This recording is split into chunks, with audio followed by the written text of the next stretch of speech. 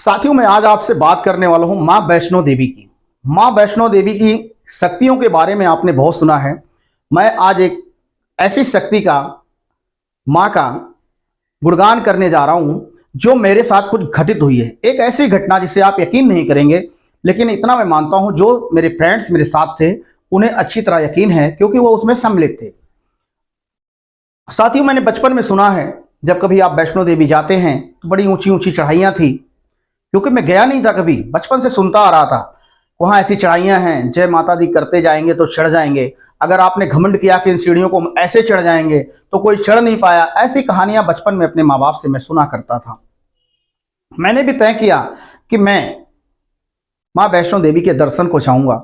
लेकिन साथियों, एक कहना और भी है लोगों का, सच्चाई कितनी है ये तो आप सब जानते होंगे कि माँ जब तक किसी को बुलाती नहीं है आप जा नहीं सकते। मेरे मन में ऐसा ख्याल था कि हम जाएंगे तो किसी ऐसे आदमी के साथ जाएंगे जो मां का भक्त होगा, क्योंकि वहां जाने वाले अधिकतर लोग ज्यादातर दूसरे हिसाब से जाते हैं, तो मुझे पसंद नहीं था। मैं सोचता था जब जाऊंगा तो मां के दर्शन करने जाऊंगा और मां से यही विनती प्रार्थना करता था कि मां मुझे बुला लो, मां मुझे बुला लो। लेकिन वो दिन कितना दूर था मुझे खुद नहीं पता था।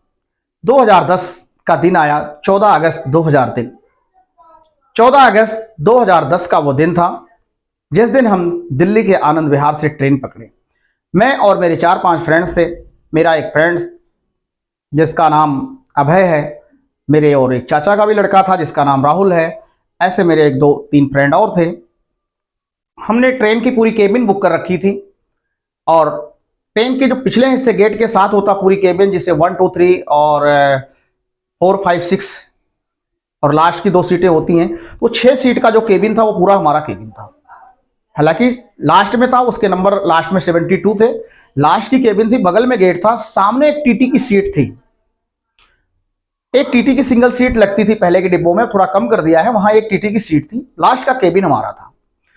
साथियों, ऐसी घटना है, आपको यकीन बिल्कुल नहीं मानेंगे। फिर हमें यह भी पता था कि हम जब मंदिर जाते हैं तो वहां कोई ना कोई मांगने वाले मिलते हैं, इसलिए हमने जो चिल्लड़ घर में रखे थे इकट्ठे करके कई सालों से, वो चिल्लड़ हमने लिए। कुछ और भी पैसे थे हमारे पास, उसको भी हमने लिए। हमने जेवर तक ले लिया। हमने यहां पे घर पे रहना ठीक नहीं है और वहां पे चल दिए। साथियों, 14 अगस्त का दिन था। मेरे फ्रेंड्स के पिताजी ने बोला दूसरे बेटे को, बेटा जाओ इन लोगों को छोड़ के आओ और बेटा सामान का ध्यान रखना क्योंकि वहां पे चोरियां होती हैं। हमने ठीक है, निकले हम और हम ट्रेन में एंटर करते हैं। रात की ट्रेन थी आनंद विहार से। साथियों, यकीन नहीं मानेंगे, आनंद विहार हम ट्रेन में बैठे, लेकिन जो मेरे फ्रेंड्स थे वो दिल्ली के थे। वो ट्रेन में कभी बैठे नहीं थे। हम तो गांव के रहने वाले हैं तो ट्रेनों में आया जाया करते हैं, लेकिन जो दिल्ली के फ्रेंड्स थे वो कभी ट्रेन में नहीं बैठे। होता क्या था, जहां पे ट्रेन जिस स्टेशन पर रुकती थी वो वहां से पत्थर निकालते थे और पत्थर को फेंका करते थे। साथियों, फिर मैं आपसे कहूंगा कि ना मानने वाली घटना है और मां वैष्णो की कृपा भी आप देखेंगे, मां वैष्णो की शक्तियों को भी आप देखेंगे। आगे जो मैं बताने जा रहा हूं ध्यान से सुने।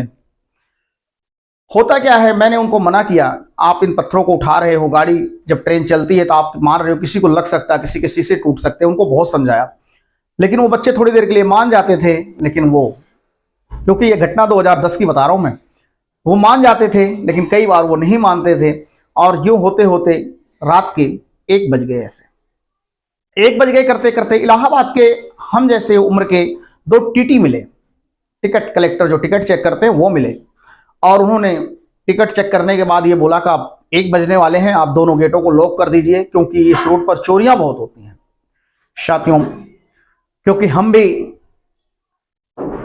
अपने आप को कुछ समझते थे और वो भूल चुके थे कि मां वैष्णो देवी के दरबार में जा रहे हैं तो घमंड नहीं होना चाहिए। लेकिन हमने घमंड से कहा कि हमारे घर में इतनी किसकी औकात है जो हमारे यहां से चोरी करेगा, आप निश्चिंत रहिए और जाइए।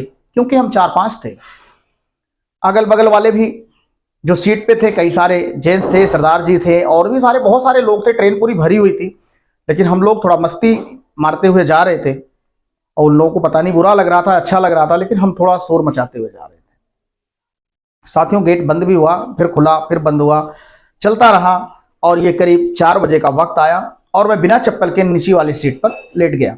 एक तरफ नीचे वाली सीट पे मैं एक तरफ साइड में लेट गया, मेरा उसके ऊपर मेरा एक फ्रेंड लेट गया और मेरी जो वाइफ थी मेरे ठीक सामने बीच वाली सीट पे थी और मैं नीचे वाली, ध्यान देना, वाइफ बीच वाली सीट पे थी और मैं नीचे वाली सीट पे था, और मेरे सामने वाली सीट पे मेरी वाइफ लेटी हुई थी। हुआ क्या, 4 बजे और मैं गहरी नींद में चला गया। चद्दर एक ले गया था क्योंकि पता नहीं था, 14 अगस्त का दिन था, वहां पे ठंड काफी होती है, लेकिन हमें नहीं पता था कितनी ठंड होगी, इसलिए हमने एक चद्दर लिया था सिर्फ। अब वाइफ को ठंड लग रही थी, वो चद्दर ओढ़ रखा था और मैं एकदम बिल्कुल यूं कहे कि सुगड़ गया था।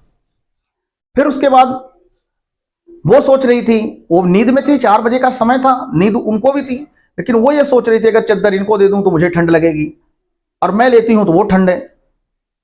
इस चक्कर में वो बस सोच रही थी, सो रही थी, जाग रही थी। अचानक उनकी भी नींद लग जाती है। 4 बजे का वक्त होता है, ट्रेन पटियाला के आसपास पहुंचती है। पटियाला स्टेशन वहां से 2 किलोमीटर था। और आप अब इंटरेस्टेड, आप कहानी सुनिए। तो मेरे सामने जो टीटी की सीट थी बिल्कुल साइड में, सिंगल सीट, उस पर जो आदमी बैठा हुआ था वो शुरू से ही बैठा हुआ था, रात को करीब 11-12 बजे से बैठा था, लेकिन हमें नहीं पता था। और जो ट्रेन वाले थे वो हमारे ही मेंबर समझ रहे थे कि हमारे ही दोस्त, हमारे सर्कल का वो आदमी है। रात को 4 बजे वो उठा, और 4 बजे जो ट्रेन वाले बताते हैं, आने के बाद जो बताई वो मैं आपको पहले बताता हूं। उसने टार्च जलाई और टार्च से पूरा नीचे ऊपर सारे बैग को खंगाले। हम लोग तो 4 बजे थे, क्योंकि 2 बजे तक हम मस्ती कर रहे थे, उसके बाद हम गहरी नींद में सो गए। 4 बजे उसने सब कुछ ढूंढा, ढूंढने के बाद उसे कुछ नहीं मिला, तो उसने मैडम का जो पर्स है, लेडीज पर्स, उसे खींचने की कोशिश करी। मैडम सीट की तरफ सो रही थी, ट्रेन की तरफ मुंह करके, तो पेट और ट्रेन का जो बैक साइड का हिस्सा होता है सीट का, वो दोनों बीच में अटक रहा था, पर्स निकल नहीं रही थी। और ये टाइम नोट कीजिएगा, 4 बजे का था। होता क्या है, वो पर्स खींचता धीरे धीरे, और मैडम के पर्स से निकलता नहीं। एक तरफ वो बैक साइड दीवार में, ट्रेन की दीवार में सीट लग रही थी, और दूसरी तरफ पेट में, दोनों के बीच में वो पर्स अटक रहा था, क्योंकि उसमें चिल्लड़ इतने भरे हुए थे। और फिर जब उसे नहीं निकला, थोड़ा बहुत निकला, थोड़ा बहुत नहीं निकला, उसने झटके से निकालने की जब कोशिश की तो मैडम की आंख खुल गई। और वो, आप यकीन नहीं मानेंगे, जो फिल्मों में होता है वो कहानी हुई। वो चोर चोर चोर जब तक चिल्लाई, और जब तक उसने पर्स खींच लिया। जब उसने देखा कब तो चिल्ला ही दी, पता सबको लग ही गया, तो उसने पर्स को खींच लिया। उसने जैसे ही पर्स को खींचा, और मैं नीचे ऐसे करके सो रहा था, और मेरी जब तक आंख खुलती है तो मैंने सिर्फ पर्स खींचते हुए उसे देखा, लेकिन झटके में ये नहीं दिखा पर्स ले गया कि नहीं ले गया। और वो कूद गया, क्योंकि लास्ट का केबिन था, बिल्कुल ऐसे खींचा और सीधा सामने से कूद गया। ट्रेन की स्पीड करीब 40 के समथिंग थी। पटियाला 2 किलोमीटर के समथिंग था, पटियाला आने वाला था, पटियाला स्टेशन, और वो कूद गया। कूदने के बाद साथियों मेरी नजर जैसे पड़ती है तो वाइफ सामने से बाल बिखेरे हुए सोते हुए, चोर चोर पर्स ले गया, पर्स ले गया, ऐसे करती हैं। और मुझे देखिए शक्ति, देखिए क्या हुआ मुझे, मैं बिना चप्पल के यूं कैसे खड़ा हुआ और कैसे वो कूदा। उसके कूदने के मात्र 2 या 3-4 सेकंड के बाद मैं भी गेट से नीचे कूद गया। कैसे कूदा मुझे नहीं पता, उस समय कैसे कूद गया मुझे खुद नहीं पता, मैं नीचे कूद गया। उस समय अगर कोई खंबा होता तो मेरा सर फट सकता था, क्योंकि उसे तो एक्सपीरियंस था, मुझे कोई एक्सपीरियंस था नहीं था, मैंने कभी नहीं कूदा था ऐसा ट्रेन से। लेकिन मैं कैसे कूद गया मुझे नहीं पता, मैं ट्रेन से नीचे कूद गया, और ट्रेन निकल रही है आगे की तरफ, और वो चोर भागा पीछे की तरफ, और उसके पीछे मैं भागा। दोनों का डिफरेंस लगभग 15 फीट के समथिंग था। अब वो भागता रहा, मैं उसके पीछे भागता रहा। वो जूते पहन रखा था, अच्छी स्पीड में भाग रहा था, लेकिन मेरे पैरों में कुछ नहीं था, चप्पल भी नहीं थी, इस वजह से मुझे प्रॉब्लम हो रही थी। और लेकिन फिर भी मैं उसका पीछा करता हुआ भाग रहा था, और मेरे मुंह से भागते भागते भागते भागते भागते भागते लगभग हम कम से कम 1 किलोमीटर समथिंग, 1.5 किलोमीटर निकल गए पीछे। और पीछे जब निकलते हैं, आपको यकीन बताऊं, दोनों तरफ 10-10 पटरियां थी वहां पे, और दोनों तरफ भयानक पेड़ थे, बिल्कुल जंगल विकराल, और नीचे सीट पड़ी हुई थी, बिल्कुल पैर ऐसे लग रहा था कितने गंदे में पैर जा रहा था, बड़ा अजीब सा लग रहा था। लेकिन दौड़ते दौड़ते दौड़ते फिर एंड में मेरे मुंह से निकला, मैंने कहा आज तेरी ये आखिरी चोरी है। मुझे पता था मेरा सब कुछ चला गया, पैसे ले गया, सब कुछ खत्म हो गया, लेकिन फिर भी देखो अंदर से जो भावनाएं हैं, गुस्सा, जो क्रोध था, वो निकलता है कि आज तेरी ये आखिरी चोरी है, आज के बाद तो चोरी करने के लायक नहीं रहेगा। मुंह से कुछ अशब्द भी निकले, उसके मुंह से एक चीज निकलता, उसे दोनों हाथ ऊपर उठा देता और कहता बाबूजी मैंने चोरी नहीं की, बाबूजी मैंने चोरी नहीं की, बाबूजी मैंने वहीं फेंक दिया, बाबूजी मैंने वहीं फेंक दिया, बाबूजी मैंने वहीं फेंक दिया, आपका वहीं फेंक दिया। तो मैंने सोचा कि जिस तरीके से ये कर रहा है बैग इतना बड़ा है, ना तो ये जेब में आ सकता ना हाथ में आ सकता, इसने दोनों हाथ उठा दिया है, जिसका मतलब तो है बैग इसके पास नहीं है। फिर थोड़ी समय नहीं माना, फिर भी उसका पीछा किया। उसके बाद वो जाकर के एक छोटा सा घेर सा बना हुआ था, दीवार आधी आई हुई थी, उसमें वो घुस गया। फिर मेरा दिल छोटा हो गया। मैंने सोचा अब जान की बाजी लगानी पड़ेगी, अब बचना मुश्किल है। मैं सोचा कई सारे होंगे या तो मार देंगे, क्योंकि मैं एक से तो भिड़ जाऊंगा, लेकिन अगर ये 4 हुए तो क्या करूंगा। और जब मैं होश संभाला, बैक होकर देखा वापस जिधर को ट्रेन गई थी, तो चारों तरफ घना पेड़ ही पेड़ दिखाई दे रहा था। मैं सच थोड़ी देर के लिए डर गया, और डरने के बाद फिर मैंने अपने जेब में हाथ डाला, तो जेब में मेरे पास उस समय टाटा का फोन था छोटा सा। वो टाटा का फोन मैंने निकाला, देखा नेटवर्क आ रहा था, क्योंकि उसमें नेटवर्क की बड़ी प्रॉब्लम होती थी। जब टाटा का नेटवर्क आ रहा था तो मैंने कहा अच्छा जी। तो मैंने, मेरा एक फ्रेंड है, मैंने उसको फोन मिलाया। मैंने उसको बोला भाई मेरा सामान उतार दे और मैं अब नहीं जाऊंगा। उसने बोला नहीं मेरे पास पैसे पड़े हैं, चलना है। मैंने कहा ना, मैं नहीं मानता इस माँ को, जिसके लिए आज मैं बचपन से सोचता आ रहा हूं मैं जाऊंगा मैं जाऊंगा मैं जाऊंगा, और जाते जाते वो दिन आया और आज मेरे साथ ये अनहोनी हो गई। तो मैं किसी कीमत पे ना जाऊंगा, और ना ही, देखिए मेरे मन का पाप देखिए, मैंने माँ की, जो मेरे दिल में पाप था, मैंने कहा ना ही जाऊंगा, और ना ही आज के बाद मैं पूजा पाठ करूंगा, और ना ही मैं माँ को मानूंगा। मैंने उससे फोन पर ये बातें कही, और मैंने ये भी कहा कि तू हो सके तो मेरा चप्पल भिजवा दे पीछे बैक साइड में। उसने कहा इतनी रात को कौन जाएगा, ट्रेन अंबाला में रुकी हुई है, जहां पे तू कूदा था वहां से 1.5 किलोमीटर समथिंग अंबाला है स्टेशन। मैंने पुलिस वालों को और मैंने गाड़ी के ड्राइवर को सबको बता दिया है। वो कह रहे हैं हम 5-7 मिनट 10 मिनट और वेट कर लेंगे। मैंने कहा भाई मेरा अगर ट्रेन जाती है तो मेरा सामान बाहर रख देना, मैं नहीं जाऊंगा। मैंने संकल्प लिया कि मैं नहीं जाऊंगा। मैंने तय कर लिया, जिस माँ के लिए, जिसकी इतनी शक्तियां हैं, जिसका इतना नाम है, जिसका इतना प्रताप है, जिसके नाम लेते ही सारे काम सफल हो जाते हैं, उसके दर्शन के लिए हम जा रहे हैं और हमारे साथ ऐसी अनहोनी हो गई, तो ऐसे माँ को किस बात के लिए हम उन पर पूजा या अर्चना करने जाएं। मैंने तय कर लिया मैं नहीं जाऊंगा, मेरे मन में आ चुका था साथियों। फिर मैं भागता रहा, क्योंकि मुझे डर लग रहा था पीछे से वो आ रहा होगा। तो मैंने पीछे ना देखते हुए आगे की तरफ भागता रहा भागता रहा भागता रहा। आपको ऐसा लग रहा होगा ये कहानी है, नहीं ये रियल है, ये रियलिटी है। 14 अगस्त 2010 की ये घटना है। मैं भागता रहा, ट्रेन जिधर को गई थी, मैंने कहा चलते हैं अंबाला की तरफ, तो सब कुछ खत्म हो गया, वापस घर चलेंगे। चलते चलते चलते साथियों, पैर में गिट्टी बाएं तरफ चुभी, मैं फिर दूसरी पटरी पे हो जाऊं, इस तरह चुभे दूसरी पे हो जाऊं, पोलोथीन में पैर पड़े तो ऐसे लगे गंद आ गई है पैरों में। मतलब एक अजीब सा होते होते दौड़ता रहा था, और फोन चालू रखा था, फोन पे बात कर रहा था, भाई भेज दे, आ रहा हूँ, चप्पल भेज दे, ये वो। उसने जो है, मेरा जो चाचा का लड़का राहुल था, उसके हाथ से चप्पल भिजवाया। वो वहां से चप्पल लेके चला धीरे धीरे, और इधर से मैं दौड़ता हुआ बेतहासा। लेफ्ट साइड में मुझे एक बुढ़िया औरत मिली। रात को सोचिए, कल्पना कीजिए, घनघोर रात है, कोई ट्रेन भी नहीं आ रही, कुछ नहीं, एक बुढ़िया औरत मिलती और पूछती है बेटा टाइम क्या हुआ। मैं गुस्से से लाल था, थर थर कांप रहा था, मेरे मुंह से निकला चल हट, जहां जान की पड़ी है तुझे टाइम की पड़ी है। सफेद साड़ी में थी बुढ़िया।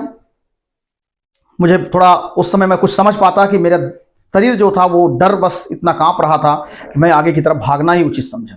मेरे को एक पल के लिए भी लगा कहीं बुढ़िया मेरा पीछा ना कर रही हो, कोई और हो। अजीब अजीब ख्याल आ रहे थे, लेकिन मैं भागता रहा, और भागते भागते भागते फिर लेफ्ट में मुझे एक ऐसा पत्थर चुभा, और मैं वो पत्थर बैठ गया, यही कह के अरे माँ मर गया। उसने पूछा क्या हुआ, फोन चालू था। उसने पूछा क्या हुआ, मैंने कहा यार पत्थर बहुत चुभ गया, चप्पल भेज दे प्लीज, नहीं चल पा रहा हूँ भाई। उसने बोला चप्पल भेज दिया हूँ, उसे बोला हूँ लेकर देखो कहाँ तक पहुंचा हूँ। इधर मेरी बीबी रो रो के बुरा हाल था, क्योंकि शादी भी नई नई हुई थी। उसे ऐसा लग रहा था मरेंगे जिएंगे बचेंगे क्या है, तेरी मेरी गलतियां, अगर सही सलामत आए तो 4 बात सुनाएंगे, और अगर कुछ हो गया तो मैं क्या करूंगी। वो भी माँ को मनाते मनाते मनाते बिल्कुल बेतहासा रोए जा रही थी, पागल हो रही थी। साथियों यकीन नहीं करेंगे, मैं दौड़ते दौड़ते, लेफ्ट में मुझे पत्थर चुभा, मैंने राइट की पटरी पकड़ी, उस पर भी मुझे थोड़ा पत्थर लगा, मैंने और बीच में आया, और जब और बीच में आया तो कई बार मेरे पैरों में पोलोथीन आती थी, फंस जाती थी, मैं झटक देता था, उसमें ऐसा लगता था गंदगी भरी हुई है। एक बार फिर ऐसे चलते चलते फिर मेरे पैरों में पोलोथीन फंसी, और मैंने झटकना चाहा लेकिन वो नहीं निकली, और फिर मैंने सोचा हाथ से ही निकालूं, और जब मैं हाथ से निकाला तो यकीन नहीं होगा आपको, वो बैग का हैंडल मेरे अंगूठे में फंस गया। और जब मेरे बैग का अंगूठे में फंसा तो मैंने फोन पे उसे बोला भाई बैग तो मिल गया है, लेकिन तू आजा प्लीज, क्योंकि बैग तो मिला, खुशी हुई, दर्द मेरा जो चुभन थी जो पैर में पत्थरों की वो कम हुई, लेकिन डर और बढ़ गया। मुझे लगा कि अब अगर वो मिल गया, पीछे से अगर पीछा किया तो उससे फिर मिला हुआ चला जाएगा। मैंने उसको बोला मिल गया है भाई, दौड़ता हुआ आ जा। उसने कहा ठीक है, कोशिश करता हूं। जो चाचा का लड़का राहुल उधर से वो लेके आ रहा था चप्पल हमारा, इधर से बेतहासा बैग मिलने के बाद मैंने स्पीड थोड़ी और बढ़ा दी, दर्द थोड़ा हल्का हो गया और मैंने लगा माँ, जो नहीं सोचा था वो हो गया। लेकिन फिर भी माँ को इतनी धन्यवाद तो नहीं दे पाया, दिल में सिर्फ इतना आया और ये दिमाग में सोचता हुआ और दौड़ता हुआ चला गया। फिर मेरे को लगा कि नहीं, अब तो दर्शन करने तो कम से कम जाना ही है, अगर बैग मिल गया दर्शन करने तो जाना है माँ के। लेकिन माँ को धन्यवाद नहीं दे पाया था अभी दौड़ता रहा और चलता रहा। सामने एक आदमी मुझे खड़ा हुआ दिखाई दिया, जिधर से 2 पटरियां क्रॉस हो रही थी वहां मुकुकड़ पे एक आदमी खड़ा हुआ दिखाई दिया। अब सोचिए आप, 4:15 का आसपास का टाइम था और मेरी हालत और खराब। मैंने कहा आसमान से गिरे और खजूर पर अटके, अगर ये सामने कुछ हो गया तो फिर समझ लो 4 बजे रात को मुझे कौन बचाएगा, दोनों तरफ सुनसान जंगल। मैंने अपनी जितना मेरी ताकत थी, मैंने ताकत से पूरे जी भर के चिल्लाया राहुल। उसने बोला हाँ भैया। जब उसने बोला हाँ भैया तो दिल में चैन, थोड़ा सा शांति मिली। मैंने कहा अब तो हम 2 हो गए, 4 भी होंगे तो देख लेंगे, कोई बात नहीं। जोश तो हाई था। फिर उसके बाद हम वहां से दोनों इकट्ठे हुए, चप्पल पहने और चप्पल पहन के ट्रेन में गए। और जब हम ट्रेन में पहुंचते हैं, यकीन मानिए ट्रेन में क्या स्थिति होती है जैसे आप फिल्मों में देखते हैं वैसे ही। जब पहले तो मुझे देखने वालों की लाइन लग गई, वहां पुलिस वाले आते हैं, पुलिस वाले मुझे ले गए, चलिए आपकी ड्रेसिंग करवा देते हैं। लेकिन वो पैर धुलाया तो पैर में कुछ हुआ ही नहीं था, सिवाय थोड़ा थोड़ा सा कालापन आ गया था पत्थरों में, लेकिन लग तो रहा था पूरा खून ही खून हो गया पैर में, लेकिन कुछ भी नहीं हुआ था। उसके बाद तो पूरे ट्रेन के इस डिब्बे उस डिब्बे इस डिब्बे, बिल्कुल मैं ये समझ लो कि इंटरव्यू देते देते परेशान हो गया उनको, अपना इंट्रोडक्शन ही देते देते परेशान हो गया। तरह तरह के लोग आते, कोई कहते भाई ऐसे आदमी को तो पुलिस में होना चाहिए था, कोई ऐसा आता कहता कि भाई साक्षात माँ ने दर्शन दे दिया, वैष्णो माता ने, इसे जाने की क्या जरूरत है, ऐसा आज तक किसी के साथ नहीं हुआ, मौत के मुंह से आया। कोई कहता था पुलिस ऐसा कर सकती थी लेकिन हमारी पुलिस तो निकम्मी है, ऐसा करना बहुत अच्छा लगता था। कई ऐसे लोग, कई बुजुर्ग ऐसे भी मिले जो ट्रेन में कहते थे क्या जरूरत थी ऐसा करने के, जान जोखिम में डालने की, पैसा तो फिर आ जाता, जिंदगी चली जाती तो क्या होता, ये मूर्खता है, ये कोई वाहवाही नहीं है। बहुत तरह के लोग, ये समझ लीजिए मैं 2-2.5 घंटे, जो 4 बजे से 6 बजे का टाइम निकला है मेरा, 4:30 से 6 पौने 7 का, 1.5-2 घंटे में लोगों को इंट्रोडक्शन ही करते करते करते परेशान हुआ। अपना इंट्रोडक्शन देता रहा। कोई कुछ कहता, कोई कुछ कहता। फिर मेरे पैरों में थोड़ा दर्द था, कई सारे लोग दवा भी लेके आए, सर पेन किलर है, ये खा लो ये खा लो। मैंने उसमें से एक पेन किलर लिया भी। और उसके बाद यकीन मानिए सब लोग यही कह रहे थे कि आपको माँ ने यहाँ दर्शन दे दिया। और मुझे भी उस समय एहसास, जब मैं रिलैक्स हुआ, मुझे लाइज हुआ कि माँ के पास जाते हुए घमंड नहीं करना चाहिए। कभी भी माँ के दरबार में जाना तो घमंड मत करना, क्योंकि घमंड ऐसा टूटता है जैसा मेरा टूटा। और घमंड टूटा, और देखिए हमने जब ऐसा किया तो हमारे साथ क्या हुआ, हमें वो हमारा बैग मिला और वापस हमने फिर प्रण किया कि हम नंगे पैर ही माँ के दरबार जाएंगे।